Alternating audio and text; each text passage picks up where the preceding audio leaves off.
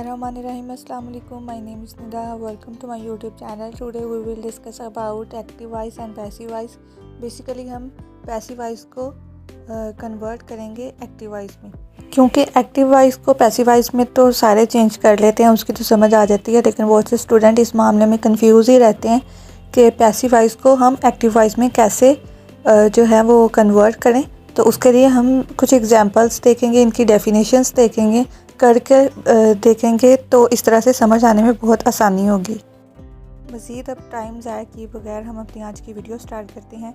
ऐसा नहीं है कि आपको एक्टिव वॉइस को पैसिव वॉइस में चेंज करने के लिए वीडियो नहीं मिलेगी, उसके लिए भी अलग से वीडियो बनाई जाएगी, लेकिन मुझे ऐसा लगा कि ज़्यादा इंपॉर्टेंट ये है कि हम पैसिव वॉइस को एक्टिव वॉइस में कैसे चेंज करते हैं। बच्चे इस बात पे कंफ्यूज रहते हैं और पेपर में भी गड़बड़ कर देते हैं। इस वजह से मैंने डिसाइड किया कि पहले हम पैसिव वॉइस को एक्टिव वॉइस में चेंज करना सीखेंगे, फिर एक्टिव वॉइस को पैसिव वॉइस में चेंज करना सीखेंगे। तो सबसे पहले स्लाइड पे अगर हम बात करें तो यहाँ पर एक एग्जांपल है। एग्जांपल में लिखा हुआ है, पहले एक्टिव वॉइस लिखा हुआ है। एक्टिव वॉइस में क्या है? He eats an apple. Passive voice इसका क्या आएगा? An apple is eaten by him. क्या करते हैं हम एक्टिव वॉइस को पैसिव वॉइस में चेंज करने के लिए? कि जो सब्जेक्ट है उसको ऑब्जेक्ट बना देते हैं, ऑब्जेक्ट को सब्जेक्ट बना देते हैं, और हेल्पिंग वर्ब को यूज़ करते हुए हम जो है वो वर्ब की तीसरी फॉर्म लगाते हैं। और जब पैसिव वॉइस बनाते हैं तो उसमें बाय लिखना तो लाजमी समझते हैं।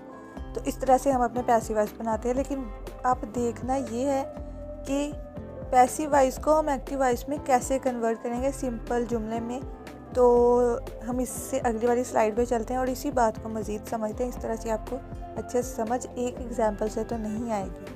तो दूसरी स्लाइड में हमारी जो फर्स्ट एग्जांपल है वो ये है कि a rat was killed by a cat. तो हम सिंपली जब इसको एक्टिव वॉइस में चेंज करेंगे तो ऑब्जेक्ट को हम फर्स्ट पे ले आएंगे, आ कैट को हम फर्स्ट पे ले आए हैं, और जो सब्जेक्ट है उसको हमने ऑब्जेक्ट बना दिया, आ रैट को हम लास्ट पर ले गए हैं। और वाज जो है वो हमें ज़माना बताता है कि यहाँ पे पास्ट की बात हो रही है। बाय हम जस्ट पैसिव वॉइस में लगाते हैं, एक्टिव वॉइस में नहीं लगाएंगे, उसको कट करेंगे। और उसके साथ ही हम जो है वो हेल्पिंग वर्ब तब लगाते हैं जब हमें पता चलता है जो हेल्पिंग वर्ब होती है वो ज़माना बताने के लिए, वक्त बताने के लिए होती है। तो किल्ड यानी कि थर्ड फॉर्म पहले ही लगी हुई है ये वर्ब की, तो इससे हमें पता चलता है कि बात जो है वो पास्ट की हो रही है। तो वाज और बाय को हम ख़त्म करेंगे और इसके साथ हम लगाएंगे आ कैट किल्ड आर रैट। उसके बाद हम अपनी नेक्स्ट स्लाइड पे चलते हैं दूसरी एग्जांपल के पास के उर्दू इज़ स्टडीड बाय मी। ठीक है, उर्दू मुझसे पढ़ी जाती है। उर्दू हमारा सब्जेक्ट है, उसको हम ऑब्जेक्ट बनाएंगे, लास्ट में ले आएंगे। मी का क्या आएगा? उल्टा आई। ठीक है, हेल्पिंग वर्ब और बाय ख़त्म किया। और हेल्पिंग वर्ब हमें क्या बताती है कि जो बात हो रही है वो किसकी हो रही है? इस आर एम आता है प्रेजेंट वक्त में, आता है प्रेजेंट टाइम में आता है। तो इस तरह से हमें वक्त का पता चला, तो हम लगाएंगे आई स्टडी उर्दू, यानी कि मैं उर्दू पढ़ती हूँ। उसके बाद हम अपनी नेक्स्ट एग्जांपल देखेंगे मज़ीद समझने के लिए इसी को। Food is being cooked bye हर। ठीक है, सब्जेक्ट को हमने ऑब्जेक्ट बना दिया, फूड को लास्ट पर ले गए। हर का उलट क्या आएगा? सब्जेक्ट की उसकी फॉर्म क्या आएगी? शी। ठीक है, इज़ बीइंग कुक्ड बाय हर, यानी कि इज़ बीइंग प्रेजेंट कंटिन्यूस में हम क्या करते हैं? इज़ आर एम लगाते हैं। ठीक है, और वर्ब की फर्स्ट फॉर्म के साथ हम क्या लगाते हैं? आई एन जी का इजाफा करते हैं।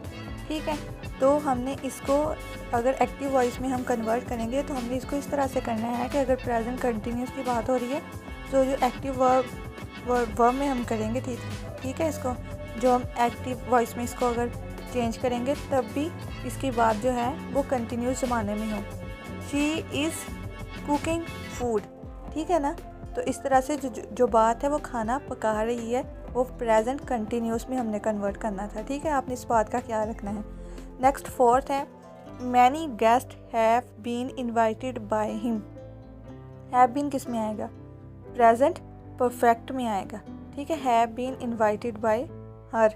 तो इसकी अगर हम इसको पैसिव वॉइस में हम कन्वर्ट करेंगे तो जो होगा, हम सब्जेक्ट को ऑब्जेक्ट बनाएंगे। पहले ऑब्जेक्ट को हमने क्या बनाया? सब्जेक्ट। हिम का सब्जेक्ट फॉर्म उसकी क्या होगी? ही। अब यहाँ पे देखिए आप, मैनी गेस्ट ज़्यादा की बात हो रही है तो उसके साथ हमने हैव लगाया, ठीक है। अब ही शी इट के साथ हम क्या लगाते हैं, हैज़, और वर्ब की थर्ड फॉर्म वैसे ही आगे, और जो हमने मैनी गेस्ट लगाया था वो हम लास्ट पे ले गए थे।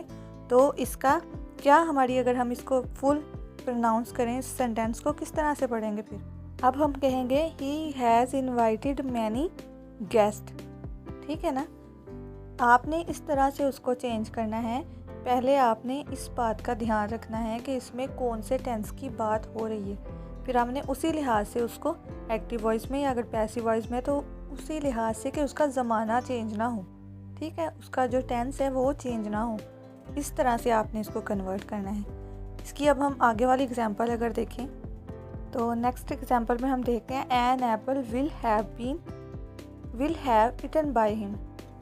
सब्जेक्ट को ऑब्जेक्ट बनाया, ऑब्जेक्ट को सब्जेक्ट बनाया, वो तो सेम वैसे ही रहा, ठीक है। हैव ईटन थर्ड फॉर्म लगा दी एन एप्पल। विल हमने ख़त्म किया, बाय हमने ख़त्म किया। विल क्यों नहीं ख़त्म किया, क्योंकि ये हमें ज़माना बता रहा है, ठीक है, इसको लगाना ज़रूरी है। ही के साथ हम जो है हेल्पिंग वर्ब लगाएंगे ही शीट के साथ, जैसे मैंने पहले भी आपको बताया, जो हमने पहले इससे पहले हमने एग्जांपल की थी। उसके बाद हम देखते हैं लास्ट हमारी जो एग्जांपल है, was the food was being eaten by her. ये किस में आ गया, इंटेरोगेटिव में आ गया, ठीक है। सवालिया पूछा है तो इसका आंसर भी सवालिया ही होगा। हमने जो है वाज उसको फर्स्ट में ही रहने दिया, हेल्पिंग वर्ब जो होती है, और हर का जो सब्जेक्ट अगर बनाएंगे शी आएगा, और बीइंग अगर लिखा है, वाज बीइंग लिखा है, तो इसे हमने क्या अंदाज़ा लगाया कि जो काम है वो अभी चल रहा है, ठीक है।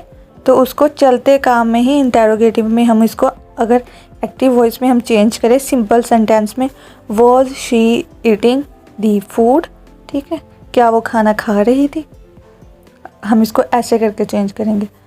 उम्मीद है कि आपको समझ आई होगी कि पैसिव वॉइस को एक्टिव वॉइस में कैसे चेंज करना है।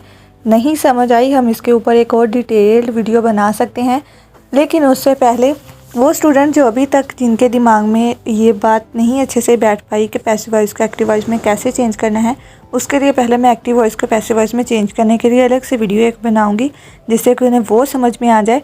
उससे पहले हम साथ साथ अपने टेंसेस को कवर करेंगे। टेंस जब तक आपके माइंड में अच्छे से नहीं उतरेंगे, आपको टेंसेस का अच्छे से नहीं पता होगा, तब तक आप एक्टिव वॉइस और पैसिव वॉइस को करने में नाकाम ही रहेंगे। कोशिश करें कि जब तक मेरे चैनल पे मैंने वीडियोस नहीं अपलोड किया, आप कहीं और से जाएं, अपने टेंसेस को सेट करें।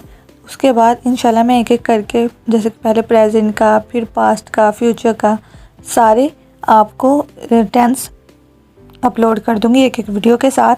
ये कुछ मेरे पास एग्जांपल्स थी जो मैंने आप लोगों के साथ, मुझे लगा कि इनको आपको बताना, ये मैंने चुन चुन कर थोड़ी सी निकाली थी, तो वो मैंने आप लोगों के साथ शेयर की हैं।